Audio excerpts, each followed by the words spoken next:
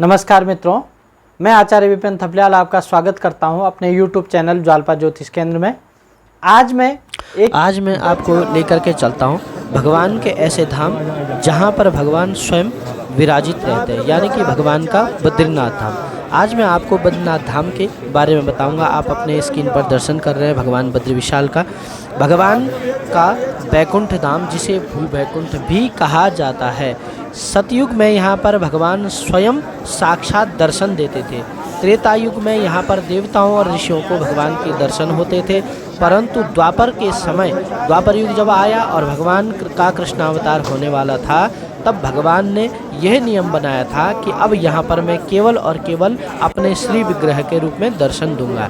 कहते हैं जो जाए बद्री वो न आए उदरी। इस कहावत का अर्थ है कि जो एक बार बद्रीनाथ जाता है उसे दोबारा गर्भ में आने की आवश्यकता नहीं पड़ती। मनुष्यों को 2 बार अपने जीवन में बद्रीनाथ धाम का दर्शन अवश्य करना चाहिए। तो मैं आज आपको बताऊंगा कि बद्रीनाथ धाम का नाम बद्रीनाथ धाम क्यों पड़ा, यहाँ की क्या विशेषता है और यहाँ पर क्या क्या पुण्य हम कर सकते हैं, और भगवान का यह धाम भू बैकुंठ क्यों कहा जाता है और यह दिव्य क्यों है। उससे पहले मैं आपको बता दूं, यदि आपने अभी तक हमारे चैनल को सब्सक्राइब नहीं किया है तो ज्वालपा ज्योतिष केंद्र हमारे चैनल को सब्सक्राइब करें।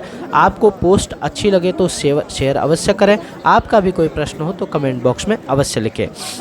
आइए बात करते हैं भगवान बद्री विशाल के बारे में। जैसा कि आप अभी देख रहे हैं अपने स्क्रीन पर, आप भगवान बद्रीनाथ के मुख्य द्वार का दर्शन कर रहे हैं। यह भगवान का बद्रीनाथ क्षेत्र है, जिसे कि भू बैकुंठ भी कहा जाता है। अब बात आती है कि इसका नाम बद्रीनाथ क्यों पड़ा। कहते हैं कि भगवान यहाँ पर तपस्यारत है। भगवान तपस्या करने के लिए यहाँ पर बैठे हुए हैं।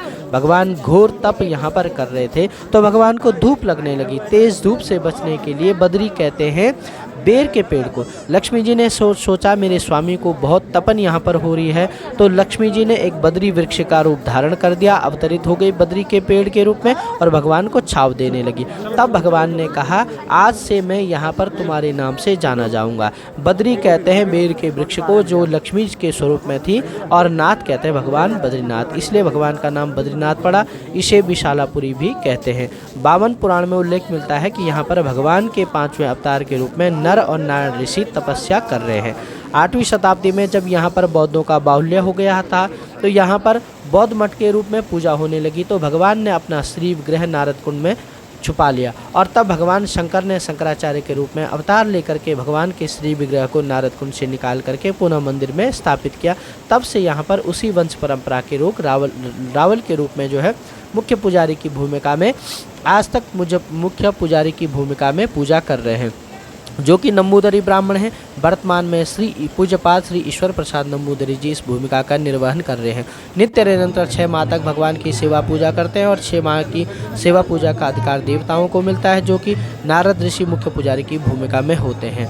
भगवान की पूजा सेवा इस समय बद्रीनाथ धाम में मनुष्यों के पास है, और 6 माह में फिर देवताओं के पास चली जाएगी। बद्रीनाथ धाम में 5 शिलाओं के मध्य में भगवान नर और नारायण पर्वत के बीच में भगवान का भू बैकुंठ बद्रीनाथ धाम है। ये आप दर्शन कर रहे हैं।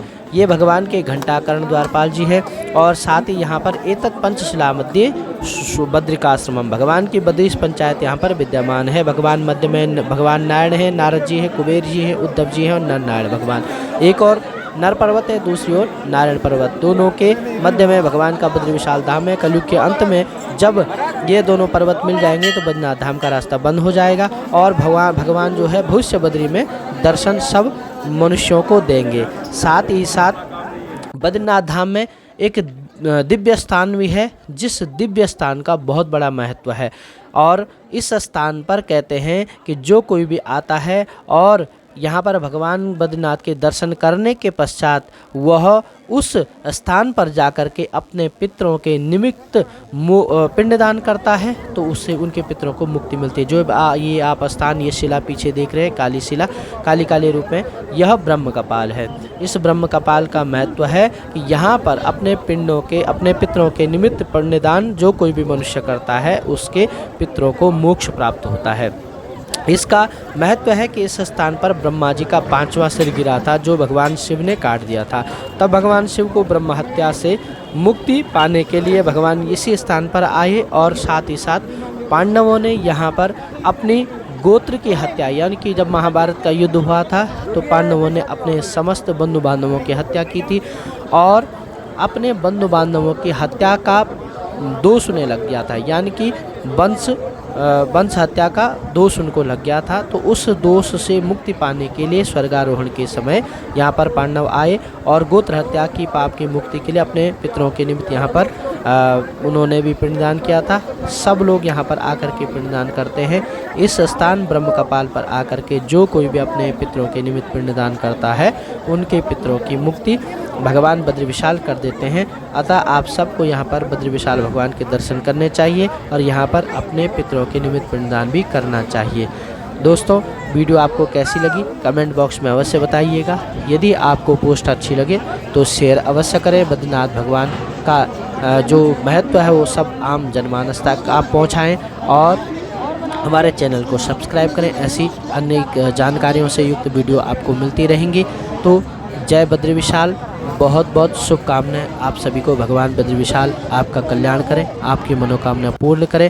आप जीवन में जो आप ये दर्शन कर रहे हैं, यह प्रातःकालीन 4 बजे का दृश्य है। प्रातः 4 बजे भगवान की महाभिषेक पूजा, अभिषेक पूजा और महाभिषेक पूजा होती है। सामने तप्त कुंड के दर्शन आप कर रहे हैं, जो कि गर्म जल जहाँ से निकलता है। कहते हैं भगवान के तप के ताप के कारण यह जल जो है वो गर्म होता है। और ये जो आप लाइन देख रहे हैं यह प्रातः 4 बजे की लाइन है, जो कि भगवान के दर्शनों के लिए लगी हुई है। ये सब लाइन में लोग खड़े हो रखे हैं और ये दर्शन कर रहे हैं। देखिए कितनी लंबी लाइन है।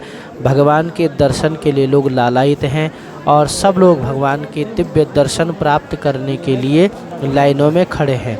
तो भगवान की जो पूजा है वह प्रातः 4 बजे से शुरू हो जाती है। सबसे पहले महाभिषेक पूजा, अभिषेक पूजा होती है। उसके पश्चात भगवान का श्रृंगार किया जाता है और फिर उसके पश्चात भगवान को बाल भोग लगाया जाता है, जिसमें कि आप लोग भी उसमें सम्मिलित हो सकते हैं। जो कि मंदिर का पर्ची काउंटर है, वहाँ से आप पर्ची काट करके भगवान की महाभिषेक पूजा में सम्मिलित हो सकते हैं। ये लाइन आप देख रहे हैं, ये सब